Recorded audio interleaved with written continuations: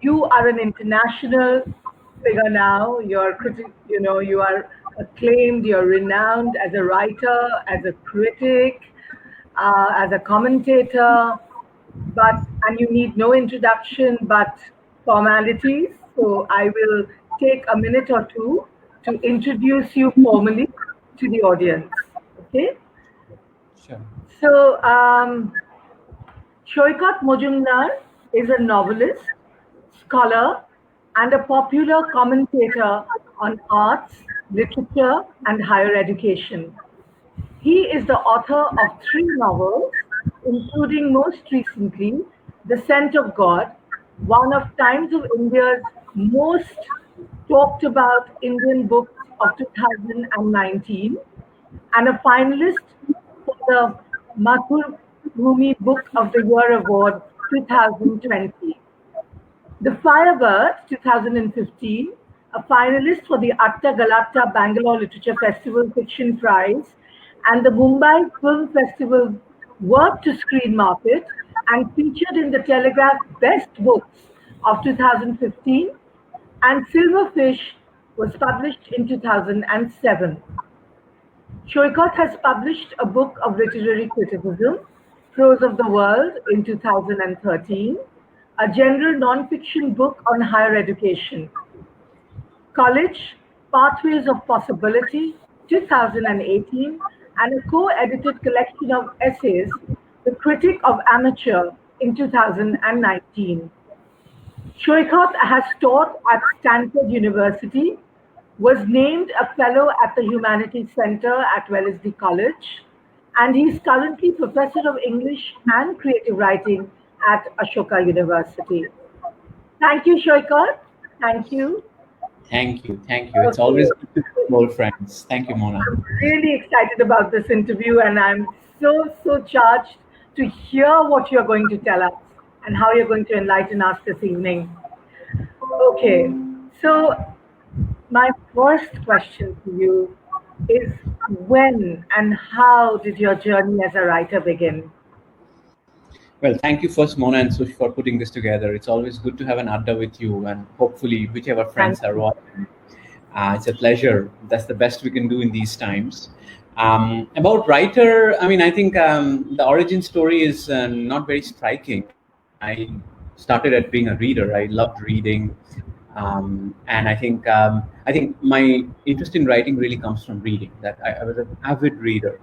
But I think the really striking story happened when I was in St. Xavier's College, and I was being taught by Professor P. Lal. And obviously, he was a legendary figure.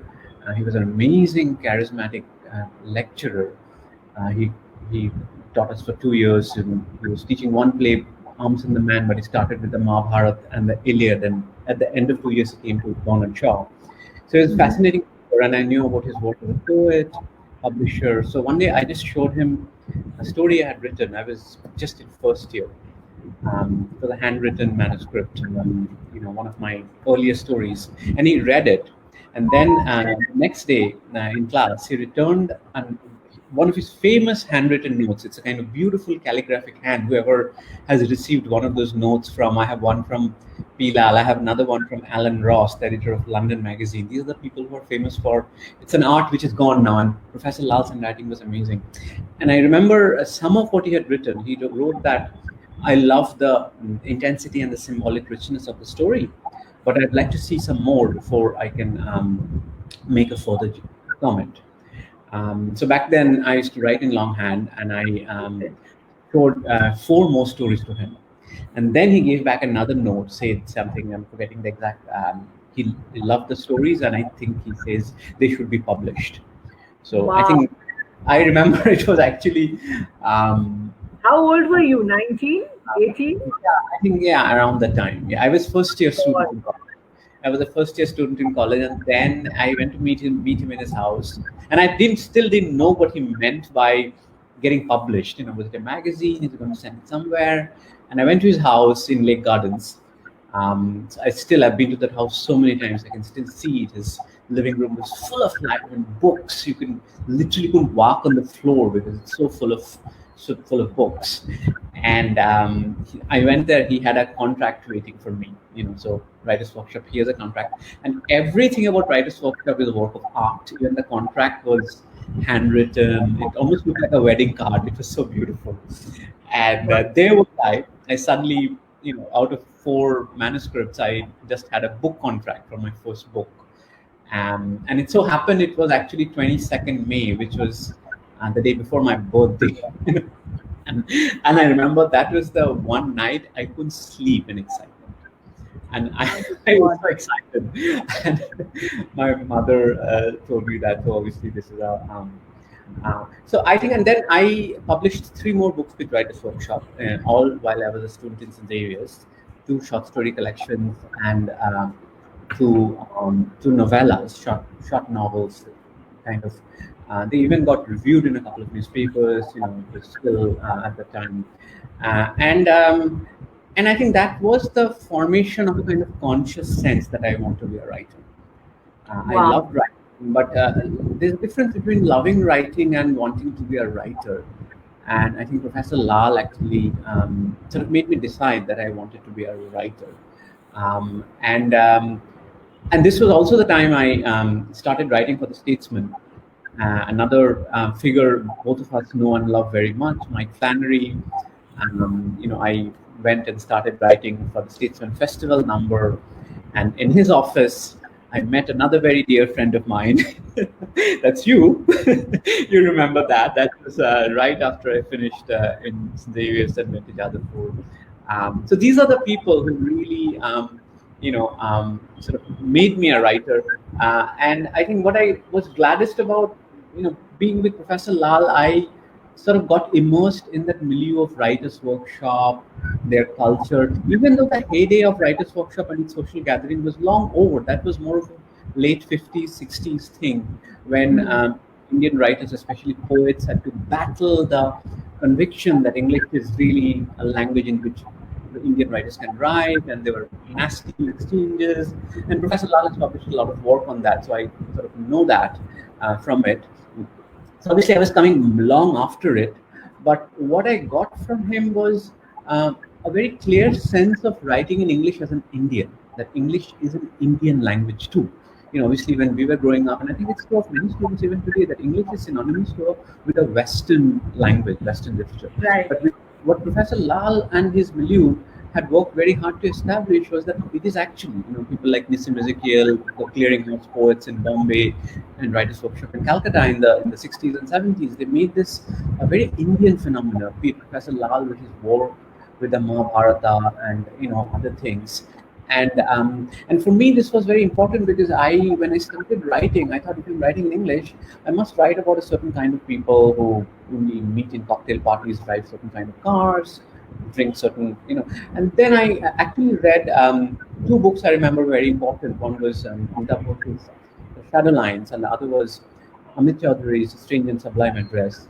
And what I sensed was that, yes, the vernacular can really be captured in English, and there's a gulf between the reality that is captured, which is not happening in English, but the language in which you're writing it. And this gulf is actually a beautiful thing. It's not alienating. It makes it more. So this is where, and Professor Lal with his milieu. So these were the things which really made me a writer. And then, of course, I went to the US for an MFA in creative writing. And, from then on, things kept moving. But it was a long trip. And feel like a writer is always starting, always. Doesn't matter how many years he's writing for. Yes. So, thank you so much. So how has writing affected your life? And how strict are you when it comes to pushing yourself to writing regularly? right, fair enough. I mean, you should probably ask my family. I think the writers, family pays the price of having a writer. I'm sure. So there is always tough. Again, as I said, I have mixed feelings about the term being a writer. Is it something you can put in a passport? And when do you start calling yourself a writer? After how many books? What is the difference between I write and I'm a writer? And though I said Professor Lal really gave me that sense of that I want to be in the direction, I have misgivings about it. I greatly admire people who have a more eclectic and almost an accidental arrival at writing, because I also studied literature and I teach literature. I have kind of a unity in my life, because obviously I'm very glad about it, but I like, doctors who fall into writing, engineers, or people who just kind of accidental writers who never thought. And that was never the case with me. I just knew. And why I say this is, and writing is something which I feel cannot be professionalized. There's always a writerly identity is in some ways always a deprofessionalized one, a kind of amateur one. The problem is once you start being known as a writer, and to a degree we feel that you're kind of expected that, oh, you must produce a book every couple of years, and it's kind of like this mechanical. But it's not like that. A writer might write a novel, and then after, so that eclecticism gets lost. So I'm a little, but on the other hand, it's also true that when writing takes over your life, writing completely controls you. And this happens especially with individual books. There's a sense of compulsion. I think the simple reason why you write is the answer is very simple, because you have to. It's really, it sort of surges inside you. And I know when I have a real book inside me. I have Wow. started numerous books, and I wrote even 100 pages and threw everything away. I don't have a huge problem with writer's block. I write. But what I have is I have spots of false writing. I've written, I've thrown away multiple drafts of novel. But when I'm gripped by something, and this actually happened with me first time when I was writing my second novel, The Firebird, that I felt gripped by the story, that I felt that I had no choice. It's something, it sort of kind of holds you like a ghost and demands to be told. And that's when you know you have a real book. Not when you're just saying that, oh, I'm a writer, so I must come up with something. It's my job. Yeah, it's Um, not a compulsion. it's not like that. I mean, that sometimes works with if you have a weekly column to write, or like an article, that is fine. But a book, a kind of sort of a large project, especially a novel, I think it's very important that you feel compelled by it. And I should say that I think of now that writerly identity to my core, because I've been very lucky to have professions which have supported it. I teach at universities, and I've always been at universities where they wanted me to write. So, write and publishing was very important. And I love teaching. I really enjoy teaching, and I don't think I would like to do anything else. But it's really secondary. I'm first a writer. I'm first a writer, and then I love teaching. And I like to write in the mornings, because I'm a morning person, and I also like to feel that something I heard about Wallace Stevens while at Stanford, that he never scheduled his classes before 11 o'clock. So he wake up in the morning and he finish his writing, and I can kind of understand that once you finish your day's writing, whatever your goal is, so usually it's a number of words, you feel now my day has meaning. I can go about doing other things. But it's like the first, some people it's a yoga, for some people it's running, and I think for me it's writing. I need to get that writing done. So that's very Wow. important. Wow. Okay. My next question. You have penned both works of fiction and non-fiction. Let's first speak about your books on fiction. Your latest book, The Scent of God, published in 2019. How did you get the writing? How did you, sorry, get the idea of writing The Scent of God? Right, right. Thank you. Well, again, with the Scent of God too, I don't think when you have a real book, I don't think you choose it. I think the book chooses you. It's, you almost don't have any agency at the first stage.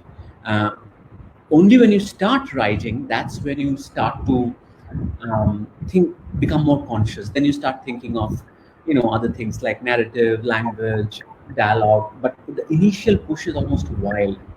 Mhm. And me, what is very important with fiction is atmosphere. I'm a very atmospheric writer. I am gripped by certain atmospheres. And in this case, I knew this atmosphere. I had been to a school like this. And what really struck me was this kind of intoxicating mix of religion and sexuality. I'm very fascinated by the theme of coming of age. That's a very important thing to me because of all the Bildungsroman, two of my novels are in that genre. Because what fascinates me is how the growth process can go wrong. How we are supposed to grow up and become this responsible adult, get a job, finish education, and then strange things happen. Things kind of go wrong. And in both my novels, in both The Firebird and The Scent of God, I think these young boys kind of go in a different direction. They get corrupted. Their growth, their innocence gets corrupted in some ways. And the corruption of innocence is for me a fascinating theme. I'm really drawn by it. And in this case, what was happening was I found this atmosphere where these boys are facing puberty, but they are in an atmosphere of strict religious austerity. And so it's supposedly celibate atmosphere, and yet you come sexually of age, and there's a strange mix of religious austerity and sexual stirrings. At a time when you are not even aware of things like gender, because if it's a boys' hostel, you simply are craving a human touch. You don't even care if the touch is coming from a boy or a girl. At some level, it's a human connection. And the great thing about writing about childhood and early youth is that it's a time of primitive pleasures and terrors. You are Yes. terrified by things, you're pleased by things, but you don't understand what they mean. You don't have the rational, analytical powers of an adult. And I think it's not that that creates another kind of art, but I think this gulf between experience and understanding is fascinating for art. That something punches you in the gut, but you don't quite know what it is. This is the stuff of art, the unknown powerful. In this case, sexuality in this atmosphere of religious evocation was that. And I've always felt that Hinduism, was very sensory. I think about religion a lot. I can't call myself religious in the conventional sense, but I'm very drawn to religion as an artist. And I think there are certain religions, especially the Abrahamic religions, Christianity, especially Protestant Christianity, Islam, which are sort of, I think of them as more abstract and intellectual religions. And then there are Greek Hellenic religion, Hinduism, even Norse mythology. These are very physical, very sensory, very politistic religions. And it's when I in the school in this kind of order, you see the smell of incense, the smell of flowers, the song of hymns. It's a bit like a church mass, and in the middle there's a certain kind of sexual stirring. So I thought this sacred and the profane kind of mix really drew me. And the story is fictitious. I mean, the actual narrative is crafted, but the atmosphere is very real, and the characters are a mix of the fictitious and the real. So I mean, the more I thought about it, although there are stories written about the Catholic, settings, but nothing is written about a Hindu setting, and I thought it was a impossibly seductive environment, and I had to write this story, and so Wow. that's how. Wow. Thank you so much. Um, what do you have to say about having much more than bodily pleasure in the novel? Right. I mean, as I said, I think the bodily and the spiritual are not really distinct. What really fascinated me was how the spiritual becomes bodily and the bodily becomes spiritual. So, as I said, Yes. there are scenes in the novel where these boys are sitting in prayer and they're singing, and then their knees are touching each other, their hands are Yeah. touching each other. Yes. So, how does your mind work? How does your body work? Are you spiritually sort of uplifted, or are you erotically attracted? And this togetherness, and this of course a long tradition in Hinduism about the divine and the erotic. You can think of the bhakti poets, you can think of even Rabindranath has written about this, or metaphysical poets, John Donne. So this eroticization of the divine, and this was very real. So and then I've always thought about the question of celibacy. What does it mean? And having seen this, that this is an environment where um, certain kind of intimacies crop up, because it's a very intimate atmosphere. You have living with roommates, you form great friendships, you play together, you study together, you work together, you are rivals, and then there is romance. Sometimes romance comes in, and this was really fascinating because this was all happening within an atmosphere which sought to deny the body. That to be in a spiritual institution is to transcend the body, and yet it was intensely bodily. So the bodily was very, very, very transcendental, and the transcendental in turn was very bodily. So Wow. Thank you so much. Wow. Did you ever feel the book could be banned? I know this is a very sensitive subject, and I've spoken to people, and I've obviously the school which I'm talking about is a real school, and the order, especially anybody in Bengal can recognize what school this is, and I think the most controversial thing that has happened was the magazine Desh published a long review of the book, and it was a very explosive review. It was a very positive review. It called it a very bold book, Uh-huh. but it did talk about a lot about the sexual culture in a monastic order. And I think in some ways it kind of went too far, because I think even though I'm dealing with a very sensitive subject, I think my treatment of the subject is very soft and very literary. There's nothing, I mean, one review called it, I think, the hottest book ever. I'm like, it's not really that much. There's not steamiest passages. It's very flattering to read those things. I mean, I don't think it's that it's that steamy or anything. It's a pretty. So I mean, I guess one doesn't write these things thinking whether it will be banned or popular, because it's an atmosphere, a phase of life I knew about. I spent 5 6 years of my life, and it was an important story to be told. But at the same time, I think my treatment of it is actually very indirect and subtle. And I think we are living in a time when subtle things don't cause a lot of disruption. So I felt that, yeah, to a very sensitive reader, they will see what's going on. And there are some really explosive themes inside. What is the relationship between Hinduism and homosexuality, for instance? What is the relationship between a saffron monastic order and homosexuality, for instance? What are these monks doing? What is their relationship with the boys? So there's some very explosive questions there. But if you read the book, I think, as I know you've read it, I don't think it comes across as unduly provocative or very disruptive. So somewhere in me, I felt it's going to be fine. And it was. I mean, there were some provocative discussions in the newspapers, um, um, especially after the Desh review, which because I think the readership which is particularly sensitive to this is actually in Bengal, and the Bengali readership, and this is a book in English, and so that review got circulated widely, among a certain section of people. And I was told that, oh, what did you write? I said, you should read the book and not the review. So I think that's the most. Nothing more has happened, not yet. So we'll see. Okay. Um, how did connecting sensuality and spirituality occur to you? As I said, it's not a dot I put together. It was there that the world came across. I think a writer, in a real sense, a writer doesn't create anything. A writer just sees things. Maybe I think the connection between the sensual and the erotic is already there, but it doesn't come across as such to everybody. So I felt that.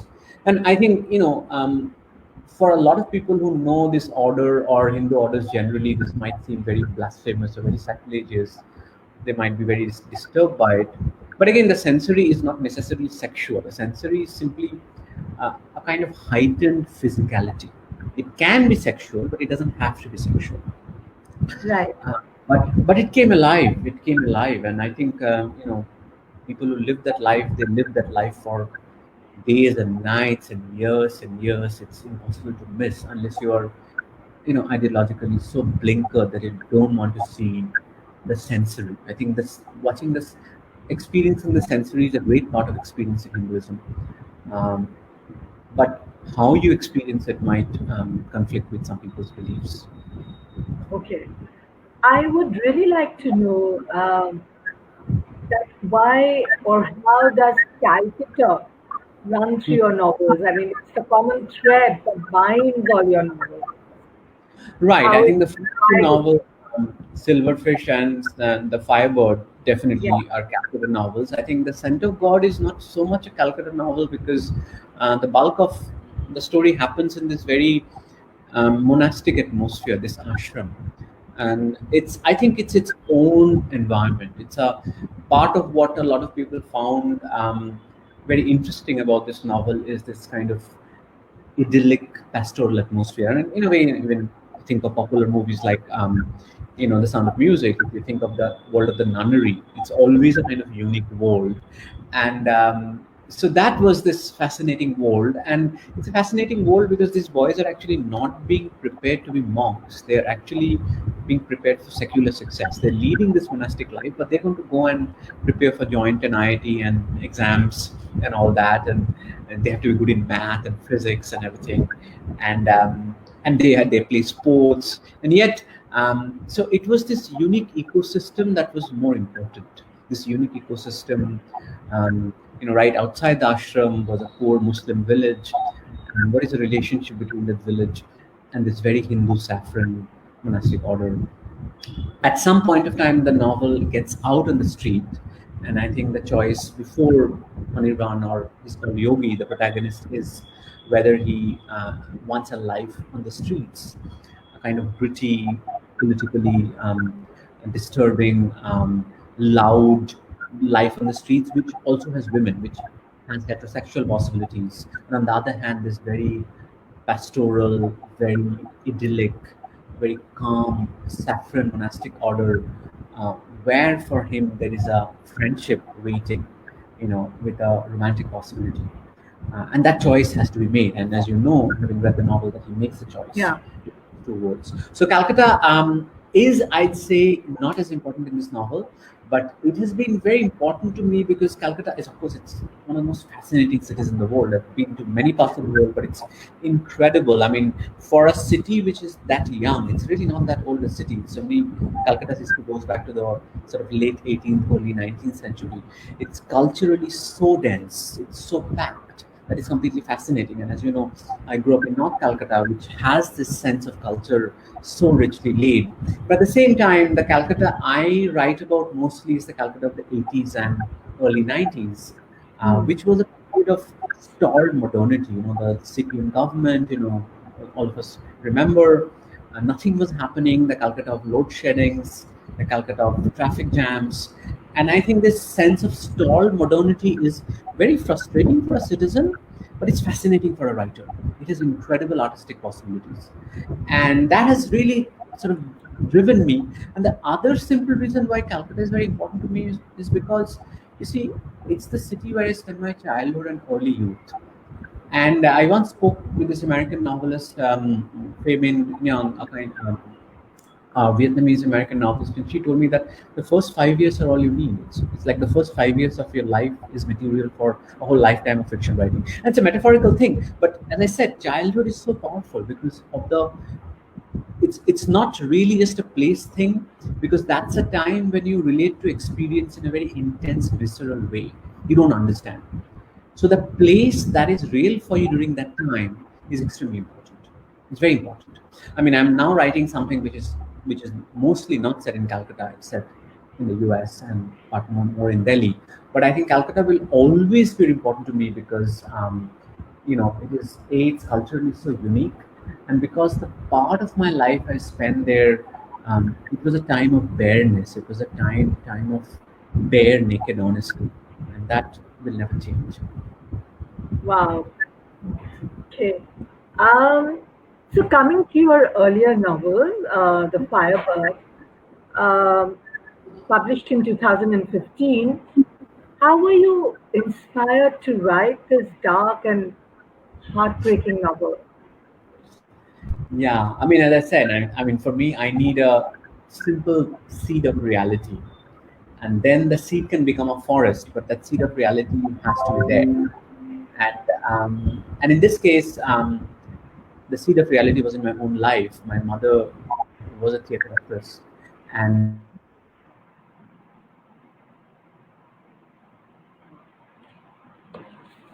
Yeah. Sure.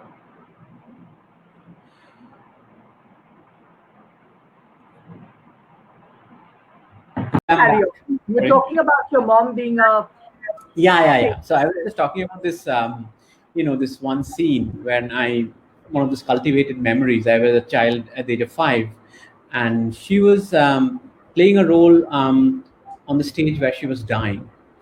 And I remember that sense of terror, that I was really terrified, and I thought she was really dying.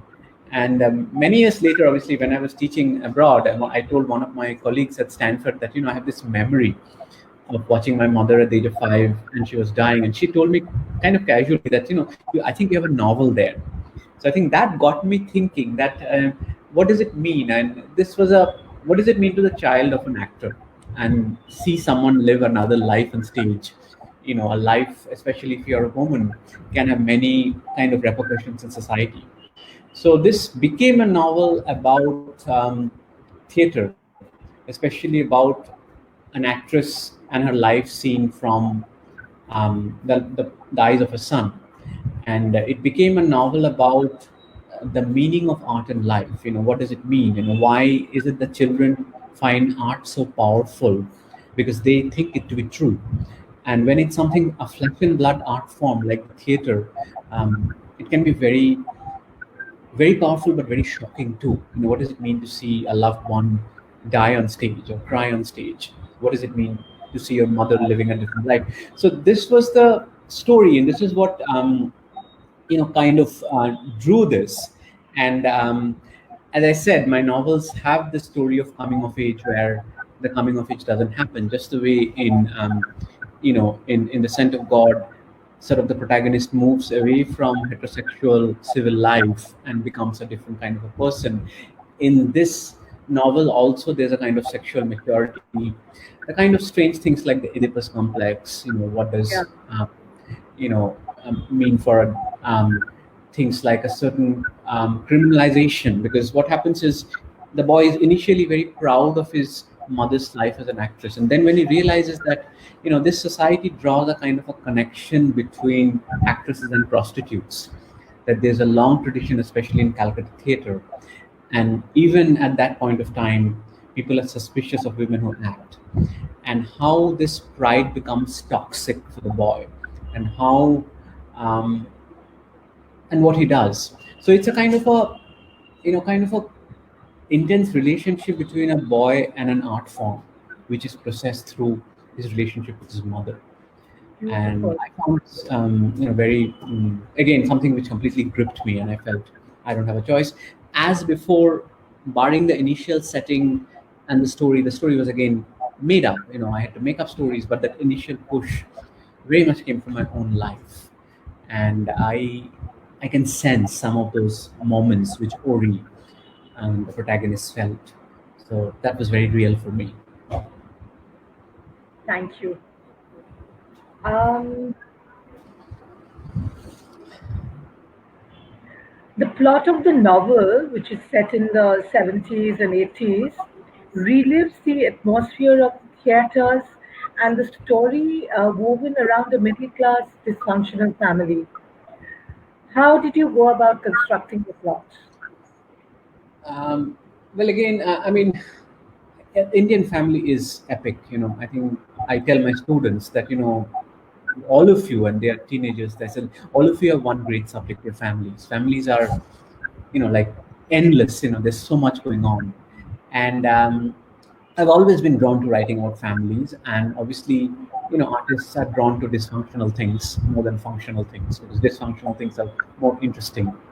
And I think in this case, the seed of it, and again, this is where I also started to use truth and then move into a fictional direction, is that this whole suspicion, moral suspicion of the actress, and what does it mean for a housewife? Or how does middle class society process a female member leading this life as an actress?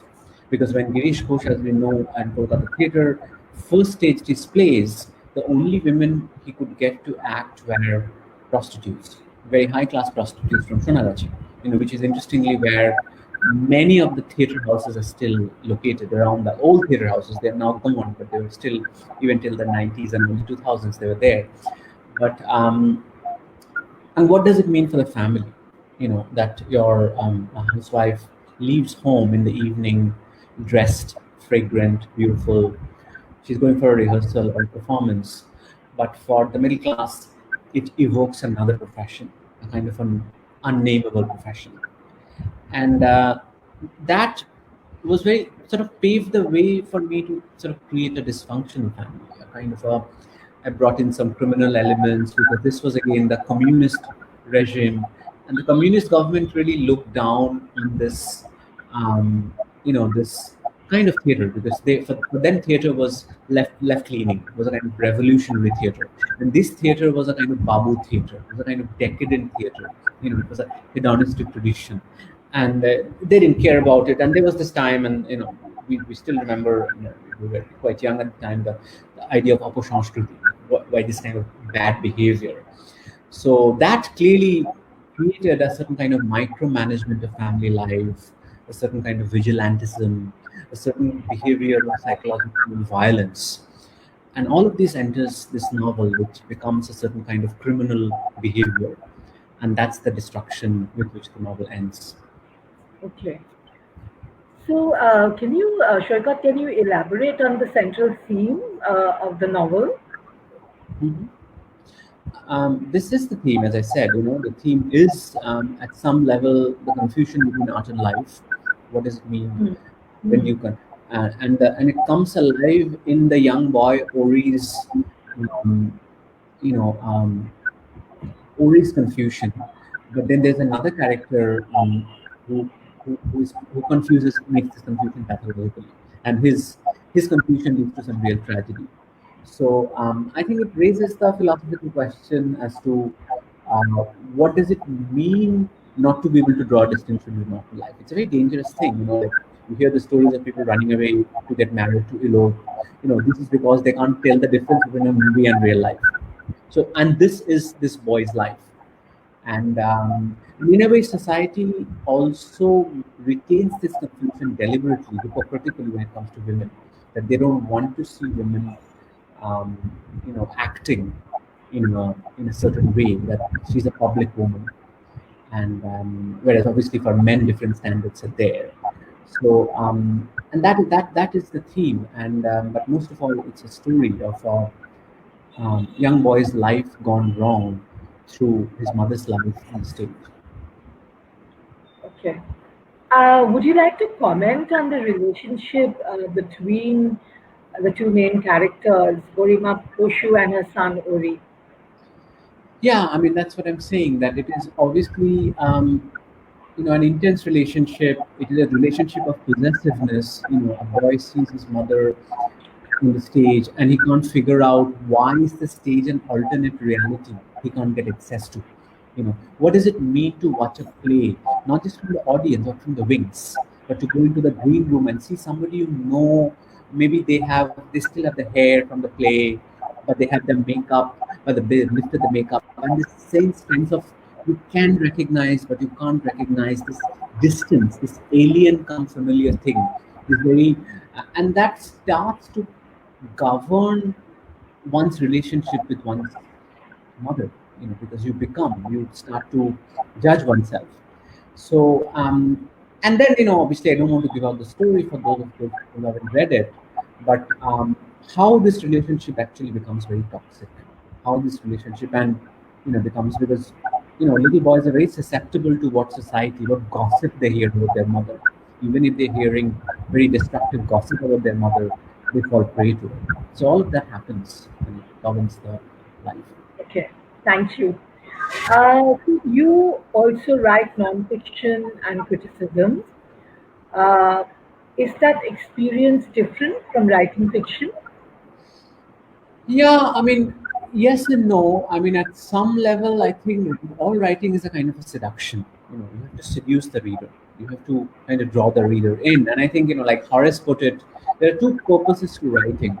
You know, pleasure and instruction. You give something somebody useful, you teach them something, and you give them pleasure. And I think that more you can unite the two, the better. So even in a non-fiction work, you must sort of somehow draw the reader in. Writing is really a process of seduction. You kind of, it's a persuasion, and I do two kinds of nonfiction writing. One is more academic, um, which is which is judged by the scholarly value it has, and there seduction is quite different because it's a more limited audience, and people in a way already are committed. But the kind of popular writing I do for newspapers, for magazines, my weekly column for Outlook, um, there I sometimes feel the pressure of the topical. Oh, you have to write something every week, and what you write every week has to be tuned with what's happening in the world. So I mostly write on higher education. Education is kind of this consistent theme in my nonfiction and fiction because, in some ways, as I said, my novel subject is also education. So growth and education. The protagonist growth. The Bildungsroman is called the novel of education. So that they're kind of a running theme. So I think there's a similarity. One of my grad school professors once said that you have to think of making an argument is telling a story. It's like you're unfolding a story. There's a temporality to an argument. There's a certain temporal unfolding. How you. So there are certain similarities between you know um, writing, fiction and non-fiction, and the difference is not just between fiction and non-fiction, but different kinds of non-fiction. Scholarly non-fiction is different from journalistic non-fiction. Writing an op-ed, which is what I mostly do, is again different. But at some level, I think they're about seduction. That is the most important thing.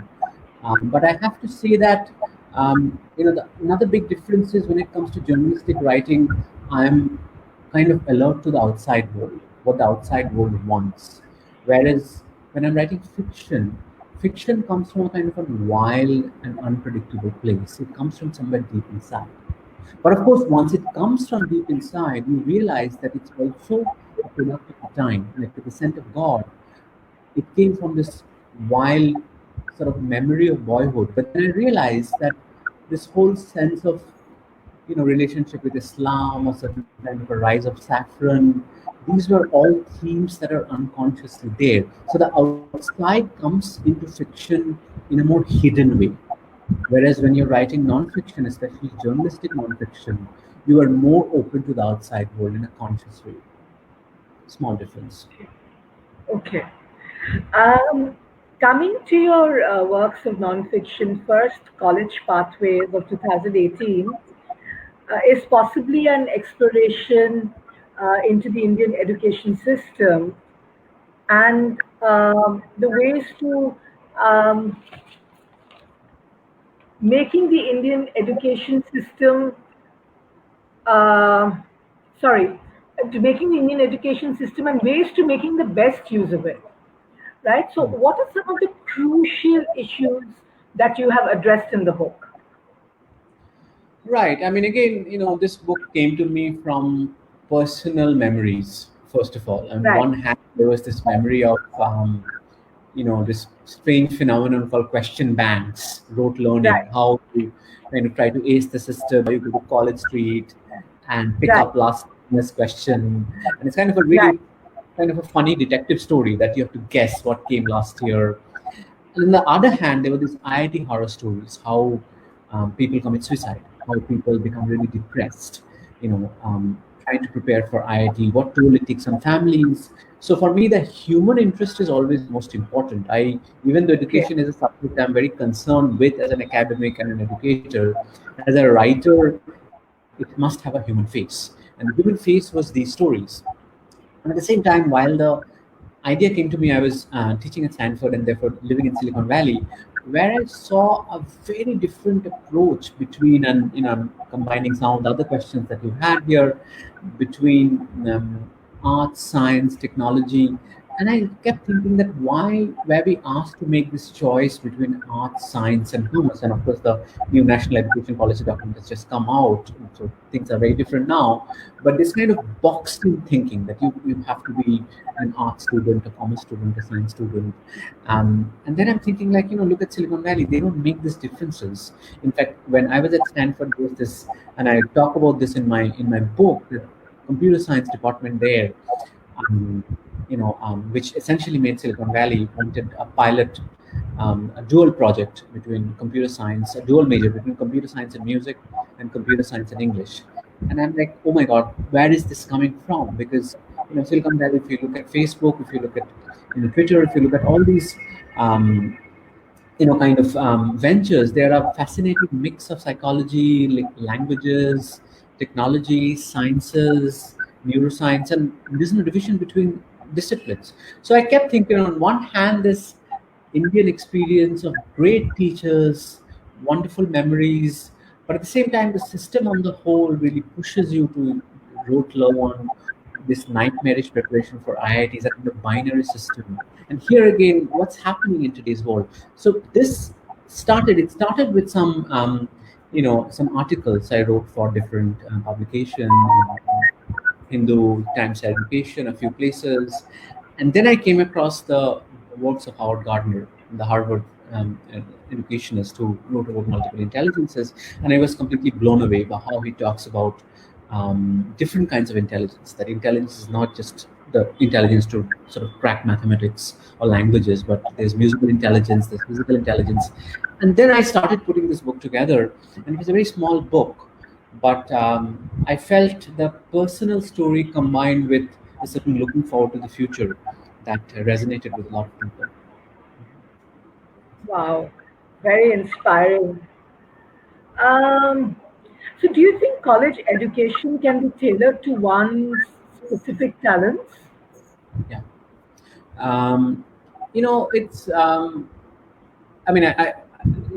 bundle the questions together, I think it's of course it has to be. That's the challenge. We can't have a education which is um, it has to be customizable, and that is something which one I think the question is that whether one looks at length or breadth. Is that the ideal education? I feel combines the two.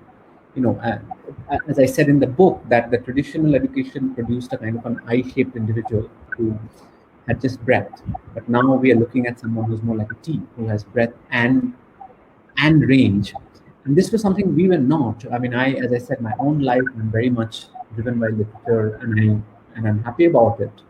But I look at the eclectic interest people bring, and for most part, unless you're going to be a professor, what you study in college doesn't really matter. It's a certain kind of thinking. John Dewey had this wonderful comment that in education gives you certain skills, critical thinking, analytical skills, interpersonal skills, and all these skills are like they're fluid. They cannot be given without a discipline, right? Just like fluids cannot be just dropped on the ground. You need a vessel to pour the fluid in. So disciplines are like vessels. So you have a psychology shaped vessel, you have a literature shaped vessel, you have an economic shaped vessel. So in a way, it's really interesting how it comes together. So that's those are experiments. I think we are still looking for it. So we'll wait. Yeah. Okay. Um, I think what? let's move on to the final part, because we're going on for a long time, right? Do you have any more questions in college? Yeah, I wanted then. I have one question for for college. Is how deeply should a college education be rooted in a discipline? I think this is very important. Right, that's exactly what I said. That it is, whether it's depth or range, it's almost like Yeah, a choice. yeah. And Mm-hmm. I think the more exciting combinations. This is something I've always been jealous of. People who can show both qualitative and quantitative strengths at the same time. Right, right. Do that. And the kind of education we have is we are asked to make a choice. And I made a choice. I told myself very early I hate numbers. I'm a language person. These are, and I think it's very interesting how the kind of cross pollination that happens. The kind of liberal arts education really, and of course it goes back to the time when all disciplines were arts. There was nothing called science, because science is a term which comes into being much later with the Enlightenment. You know, with Aristotle and Plato, one could talk of medicine one moment, poetry another, and then we enter a point where disciplines become very specialized because they need to be specialized. But in the 21st century, we are again sort of in a moment where the different disciplines are coming together in very unpredictable ways.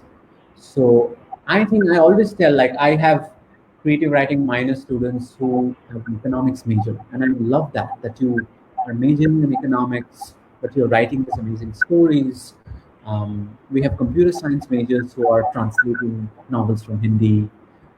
We have a range of different, so in that eclecticism, I think Indian students are among the really very bright, but the structure has always pushed them in a certain direction. So I think disciplinary thinking should be sort of combined with what I call contradisciplinary thinking. Okay. Coming to Prose of the World, which explores the global life of this narrative aesthetic from late colonial modernism to the present day. We are focusing on a writer each from Ireland, New Zealand, South Africa, and India. Can you elaborate about the book? Yeah, so this book is, see, my academic work is, I was talking about my academic and my popular work, and they obviously kind of influence each other. I think even as a scholar, I've been very drawn by a kind of odd and idiosyncratic themes. Like for this book, I was driven by the idea of boredom. What does the ordinary and the boring, what place does it have in literature? And the more I thought about it, I realized the difference between modern and pre-modern literature is really the ordinary. If you think about a story which is just about a coffee cup, I think it was Anton Chekhov was once asked that, oh, how do you get the idea of your short stories? And he was supposed to have said that, oh, put your cigarette on the ashtray and I'll write a story about it. Now, this is a very modern statement. This is not something Homer or Shakespeare would say. For Homer and Shakespeare, whether they were ashtrays or cigarettes at that time, but they're writing a story about coffee cups and cigarettes were not done. The big themes in the epics are love and war and the big emotions. And for me, what's really interesting is how when we enter the modern age, we talk about, you know, two men just walking in the streets or somebody staring at a mark on the wall and how they become subjects. So the evolution of the ordinary, even the boring, in literature was the subject of prose of the world, which obviously has a double sense, prose as in the genre prose, but prose as in prosaic. And the very form of the novel in the 18th century actually appears through the idea of the ordinary quotidian life. If in some ways the romance was the great form for the feudal age, like Sancho Panza and Don Quixote. There's a great moment in Don Quixote where Don Quixote attacks the windmills and thinks they're demons, and Sancho Panza says these are just these are just windmills, and that is the moment when the feudal age gives way to capitalism, and romance gives the way to novel, which is about much more boring things. It's the age of capitalism. So I was very interested in capturing the question of banality and how it also becomes a colonial phenomenon. And so as you can see, it is a kind of an idiosyncratic theme. It's like this, it comes from the same place where the novels come, really. It is, and of course the writing of it is very different. It has to be engaged with scholarship, it has to engage with a lot of secondary material. But I think the place of origin is still the same. Fantastic. So, what is your message to aspiring writers, Saikat? Sometimes I think it's impossible to have a message because writing is a lot like living. It's like, you know there's something amorphous and shapeless about writing. You can't, it's like saying, it's like being a writer is like being a human being. One thing I should say that of course reading is very important. uh, it's it's not that reading makes you a better writer, but reading certainly makes you a better editor. I mean, like, one thing we like to say as writers is like, write drunk, edit sober. And obviously what that means is you don't have much control when you're writing, and that's a kind of a wild phase. But then you enter a cold, analytic, rational phase, which is editing, and that is a skill you can learn. And the more you read, it's like what musicians say about having an ear. So even with writing, you can have a ear for the good sentence. You can have a ear for the right turn of phrase, and that comes from reading. So reading is very important. Form networks. Writing is very lonely. It's not like music or theater, film, which are communal art forms. You just live away at your, it's kind of isolating. So form network with other writers, friends, and then finally, you know, write if your life depends on it. You will. Don't write for any reason. Don't write for fame. Don't write for money. Those may or may not come. But write if you feel you need to write to breathe. That's a sure sign that you are awake. Beautiful. So, what is your message to your readers? I don't know. I'm so glad you're there. I mean, I'm here because you're there. Writer is nothing without a reader. So, I mean, again, one of the really interesting things about literature is that it's so disembodied. I often don't know who my readers are. Now, in the age of social media, I do get to know a lot of people send me messages, but I think the vast majority of your readers are people you'll probably never see. Um, and and it's also so. I mean, I'd say, well, thank you for reading, thank you for engaging. I think a writer just doesn't look for praise. A writer looks for engagement. um, I think there's a great phase. I was talking about Elizabeth Costello, James Kudzia's book yesterday, and there was a moment when somebody said that, "Oh, the heavyweights are dealing with the heavyweight problems," and then Elizabeth Costello says, "Oh, am I not a heavyweight writer?" She says, this person says, "Oh, you're heavyweight, but you're not a problem." So what I think a writer looks for is this engagement. I am fine about being problematic. If something I write is problematic, that's actually an honor. It's not that I always have to be praised. Honest criticism is sometimes more important than empty praise. So if I can trouble somebody, if I can keep somebody awake, if I can keep somebody awake, that's as exciting as giving somebody a peaceful walk. But most of all, thank you. I have nothing but great gratitude from the readers. If you're there, if you're listening, if you listen to this later, thank you for the engagement. I really exist because you do. So, Shoikat, what are you currently working on? So I'm working on a novel. I've in the last stages. I've finished the first draft. It's a novel. It's a campus novel. It's a campus novel, which is actually a retelling of a classical myth about mentoring. Hmm. And the subject of this novel is the teacher-student relationship. What are the ethics? What are the limits of the relationship? What does it mean to mentor somebody? Um, um, what is success? What is failure? Again, education is always been important in kind of less direct way. In this novel, it's very direct. It is Hmm. set in a college campus, and it's quite different from anything I've written before. It's lighter, it is more human, but we'll see how it turns out. I'm still working on it. I'm also working on a couple of academic book chapters, the Cambridge Companion to the Essay. I'm writing an overview of essay in the world of empire, and essay Hmm. in the post-colonial world. I'm also writing. I have my weekly column with Outlook, so I write the column every week, every couple of weeks, again on education, and I also write for a variety of different newspapers and magazines. So writing life is always there. I think now Wow. lives are confined. I think in a way that's the only escape that we have: reading and writing. Shrikat, before you leave us, uh, one or two questions. There's one question from Shumita Basu. She asks you, I do you think NEP 2020 satisfies what your book college talks about?